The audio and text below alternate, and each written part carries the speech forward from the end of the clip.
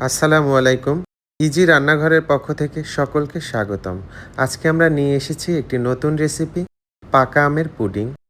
অত্যন্ত সুস্বাদু এই পুডিংটি আপনারা এখন বানাতে পারেন। যেহেতু আম এখন অ্যাভেলেবেল পাওয়া যাচ্ছে। দেখতে যতটা সুন্দর, খেতে ততটাই সুস্বাদু। অত্যন্ত সহজ একটি রেসিপি বলবো আমি পুডিংয়ের। আপনারা অবশ্যই এটা বাসায় ট্রাই করতে পারেন। যেহেতু আমের মৌসুম চলছে আর পাকা আম কিন্তু একটা সময় আর ভালো লাগে না। তো এটারই একটু যদি আপনারা পুডিং, জুস এই টাইপের কিছু করে দেন তাহলে কিন্তু খেতে অনেক ভালো লাগবে। তো আমরা এই রেসিপিটি কিভাবে করে নিলাম সেটাই আপনাদের সাথে শেয়ার করব। চ্যানেলে যারা নতুন রয়েছেন অবশ্যই চ্যানেলটিকে সাবস্ক্রাইব করে দেবেন। পাশে থাকা বেল আইকনটি অন করে দিবেন। তো শুরুতে আমরা নিয়ে নিলাম ২ টা আম। এই ২ টা আম দিয়েই আমরা রেসিপিটি করে নিব। এখানে আমি পাকা আম নিয়েছি। এখন দেখেন আমি আমটাকে কিভাবে কেটে নিচ্ছি। আপনারা যখন এই রেসিপিটা করবেন ঠিক এভাবেই আমটাকে কেটে নিবেন। এই যে দেখেন আমটাকে এভাবে কেটে নিচ্ছি। আর যদি আমটা বেশি পাকা হয়ে যায় সেক্ষেত্রে হাত দিয়ে শুধু মেখে নিলেই হবে। তখন আর এভাবে কাটার দরকার হবে না। আমগুলোকে আমি একটা ব্লেন্ডার জারে নিয়ে নিচ্ছি। আমি যেহেতু এগুলোকে ব্লেন্ড করে নিব, তো এজন্য আমি জারে নিয়ে নিলাম। এই যে দেখেন, এখন আমি আমটাকে ব্লেন্ড করে নিব। এ সময় আপনারা সামান্য একটু পানির ব্যবহার করতে পারেন। তো এই যে দেখেন ব্লেন্ড হয়ে যাচ্ছে আম। পাকা আমে কিন্তু থাকে প্রচুর পরিমাণে পটাশিয়াম। আমাদের শরীরের রক্ত স্বল্পতা দূর করে এবং হার্টকে সুস্থ রাখার জন্য পাকা আমের ভূমিকা অনেক। আমি একটি ছাঁকনি নিয়ে নিলাম। এখন ব্লেন্ড করা আমগুলোকে আমি ছেঁকে নিচ্ছি। অবশ্যই ভালোভাবে ছেঁকে নিতে হবে। খেয়াল রাখতে হবে যেন শক্ত কোনো অংশ এর মধ্যে না যায়। তাহলে কিন্তু আপনার পুডিংটা ভালো হবে না।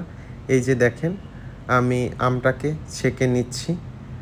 আমটা ছেঁকে নেওয়ার পরে আমরা এর সাথে একটু পানি অ্যাড করে দিব এবং এর মধ্যে আমরা আগার আগার এবং চিনি অ্যাড করব। আর সামান্য একটু লবণ অ্যাড করতে পারেন যদি পছন্দ করেন তাহলে, না হলেও সমস্যা নেই। তো আমরা একটু আগার আগার পাউডার এবং চিনি মিক্স করে দিলাম। চুলায় জাল ধরিয়ে দিলাম। আজকের রেসিপিটি আমি গ্যাসের চুলায় করে নিচ্ছি। যেহেতু আমি বাড়িতে রয়েছি, তো আজকের রেসিপিটি আমি সম্পূর্ণ গ্যাসেই করব। তো চুলায় জাল জ্বলছে। মিশ্রণটাকে একটু ঘন করে নিব। এই যে দেখেন আমি নেড়ে নিচ্ছি। খেয়াল রাখতে হবে নিচে যেন কোনোভাবে লেগে না যায়। তাহলে কিন্তু একটা পোড়া, পোড়া গন্ধ চলে আসবে। যখন দেখবেন একটু ঘন হয়ে আসছে, তখন এটাকে আমরা একটি বলের মধ্যে ঢেলে নিব বা আপনি যে কোনো পাত্রেই করতে পারেন। মিশ্রণটাকে ঠান্ডা করে ফ্রিজে নরমালে রেখে দিতে হবে ঘন্টাখানেকের মতো। আমি ঘন্টাখানেকের মতো রেখেছিলাম। এই যে দেখেন এখন আমি এগুলোকে কেটে নিচ্ছি একটি ছুরি দিয়ে। এখন দেখেন আমি এগুলোকে খুব সুন্দর করে কিউব আকারে কেটে নিব। ছুরির সাহায্যে এভাবেই কেটে নিবেন এবং এই মিশ্রণটা কিন্তু দেখবেন একদম খুব সুন্দরভাবে উঠে আসবে। যখন আপনারা এই রেসিপিটি করবেন অবশ্যই খেয়াল রাখবেন যেন জমে, না জমলে কিন্তু উঠাতে পারবেন না। এখন আমি আরেকটা পাত্রে দুধ নিয়ে নিলাম। এই ঠান্ডা দুধের মধ্যে আমি আগার আগার অ্যাড করে নিচ্ছি। তারপরে আমি চুলায় জাল ধরিয়ে দিলাম। এরপরে আমি এর মধ্যে অ্যাড করে দিচ্ছি চিনি। চিনিটা আপনারা যে পরিমাণ খেতে পছন্দ করেন সে পরিমাণই নিবেন। যেহেতু আমের মধ্যেও মিষ্টি রয়েছে, ওই অনুযায়ী দিয়ে দিবেন। তো এই মিশ্রণটাকে খুব ভালোভাবে আমি নেড়ে নিচ্ছি। এখানেও খেয়াল রাখতে হবে যেন নিচে কোনোভাবে লেগে না যায়। যদি নিচে লেগে যায় তাহলে কিন্তু খেতে ভালো লাগবে না। অত্যন্ত সহজ এবং সুন্দর কিন্তু হয় এই রেসিপিটি। আপনারা অবশ্যই এটা বাসায় ট্রাই করবেন। বাচ্চারা কিন্তু অনেক মুগ্ধ হয়ে খাবে। আর এটা যখন আপনি ফ্রিজ থেকে বের করে কাউকে দিবেন, অনেক সময় আমাদের বাসায় গেস্ট আসে, তখন ইজিলি এটা দিতে পারেন আপনি করে। এই যে দেখেন আমাদের সেই আমের কিউবগুলো অত্যন্ত সুন্দর হয়েছে এবং খুব ভালোভাবে উঠে গেল।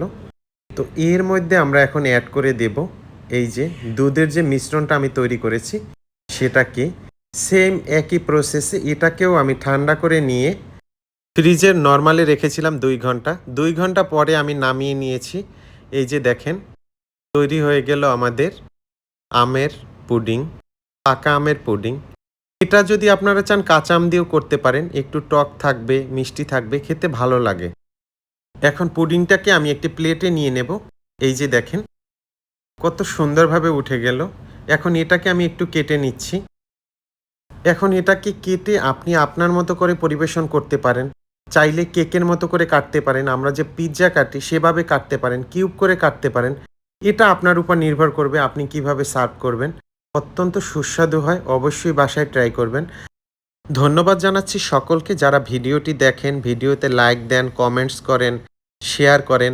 আমাদের চ্যানেলে যারা নতুন রয়েছেন তারা অবশ্যই চ্যানেলটিকে সাবস্ক্রাইব করে দিবেন।